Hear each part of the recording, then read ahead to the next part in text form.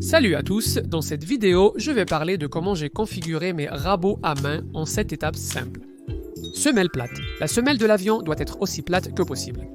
Pour vérifier la planéité, j'utilise du papier abrasif de 120 grains sur une surface reconnue comme plane. J'utilise un morceau de medium density fiberboard collé avec de la colle en spray.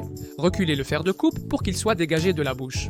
Il est préférable de laisser le fer de coupe en place plutôt que de le retirer entièrement, car la tension du capuchon de levier, une fois installé avec les fers, peut légèrement modifier la forme de la semelle.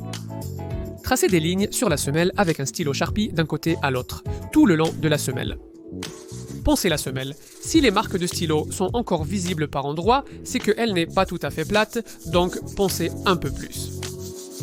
Si elle semble être vraiment mal formée, vous voudrez peut-être commencer avec un papier plus agressif, comme le grain 80, qui enlèvera le matériau plus rapidement avant d'utiliser le grain 120.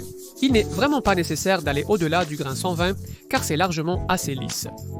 Une fois la semelle plate, il est crucial de la lubrifier. J'en parlerai plus tard. Fer de coupe affûté. Un tranchant affûté rendra la coupe de la raboteuse à main plus nette et plus facile à utiliser grâce à une moindre résistance. Ma méthode pour affûter consiste d'abord à aplatir et polir l'extrémité pointue du dos du fer de coupe.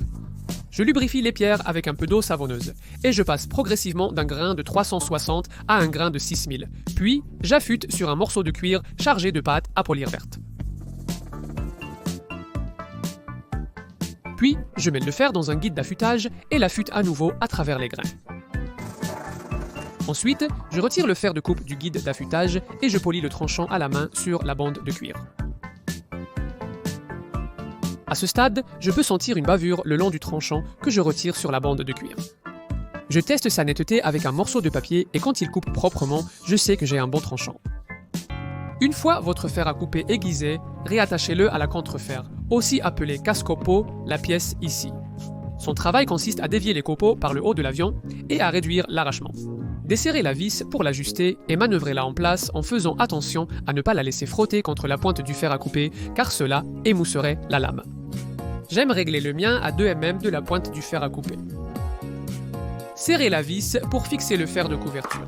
Aplatissez sa pointe pour un bon contact avec le fer à couper, évitant ainsi que les copeaux ne se coincent.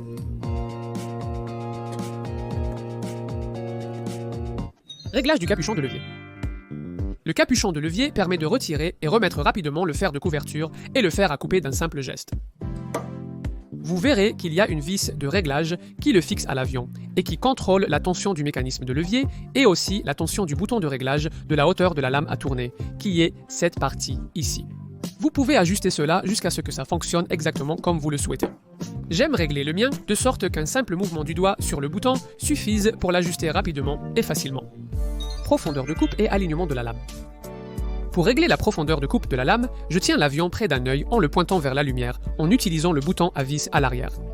Je ferme mon autre œil et regarde le long de la semelle en tournant le bouton jusqu'à ce que je puisse voir juste la pointe de l'arête de coupe dépassant de la bouche. Si un côté dépasse plus que l'autre, j'utilise le levier d'alignement pour incliner la lame afin qu'elle soit droite et de niveau.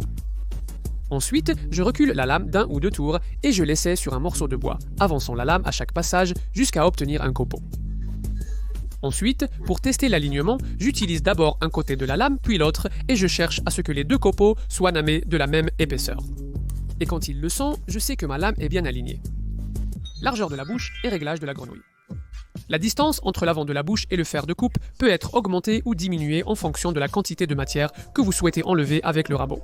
Pour l'ajuster, enlevez le capuchon de levier, le capuchon de fer et le fer de coupe. Cette partie du rabot s'appelle la grenouille. Il y a quelques vis qui fixent la grenouille à la base du rabot. Desserrez ces vis et à l'arrière, vous verrez une vis de réglage en bas.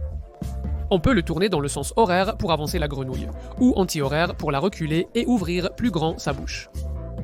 Fixez à nouveau la grenouille à la base avec les vis. Personnellement, j'aime régler la distance entre le devant de la bouche et le fer à couper à 2 mm, et cela me donne toujours de bons résultats. Si des copeaux se coincent dans la bouche lors du rabotage et doivent être retirés manuellement, cela indique généralement que l'ouverture est trop étroite et doit être élargie légèrement. La lubrification, bien que souvent négligée, facilite grandement le rabotage. Je lubrifie régulièrement la semelle de mon rabot entre et pendant l'utilisation, ce qui lui permet de glisser plus facilement et demande moins d'efforts. Cela protège également les pièces métalliques nues sur le rabot de la rouille, donc je lubrifie la semelle du rabot, les côtés, le fer de coupe et le fer de capot. J'utilise soit de la cire lubrifiante, soit juste un peu d'huile ordinaire sur un morceau de tissu, mais pour faire glisser la semelle du rabot en douceur à mon avis, rien ne vaut un peu de cire de bougie. En suivant ces étapes simples, vous devriez obtenir de bons résultats avec un rabot à main. Pour finir, parlons de ma collection de rabots à main. Je n'en ai que 3 et pour être honnête, 86% de tout ce que je fais est sur celui-ci. Donc en commençant par le plus grand, c'est un rabot à main vintage numéro 5 que j'ai hérité de mon grand-père quand il est décédé.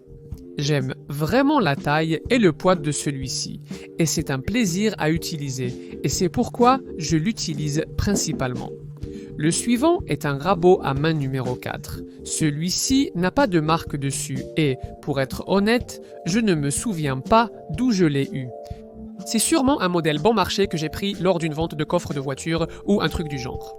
Et j'ai tendance à utiliser celui-ci pour des travaux plus grossiers quand je ne sais pas vraiment si je pourrais tomber sur une agrafe ou un clou dans du bois, par exemple.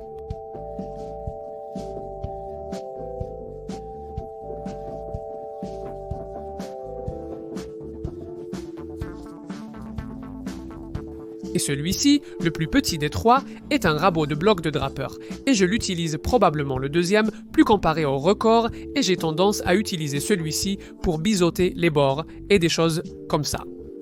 Comme avec la plupart des rabots de bloc, vous verrez ici que le biseau de la lame de coupe est orienté vers le haut au lieu de vers le bas, alors que le biseau sur les lames de coupe de mes autres rabots à main est tous biseautés vers le bas.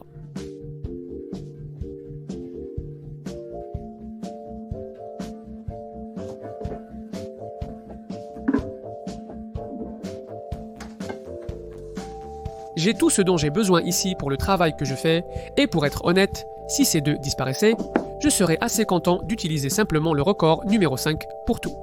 Cela dit, j'aimerais améliorer mon rabot de bloc à un certain point. J'aimerais obtenir quelque chose dans le genre d'un record numéro 9,5. C'est tout pour celui-ci. J'espère que vous l'avez trouvé utile et merci de regarder.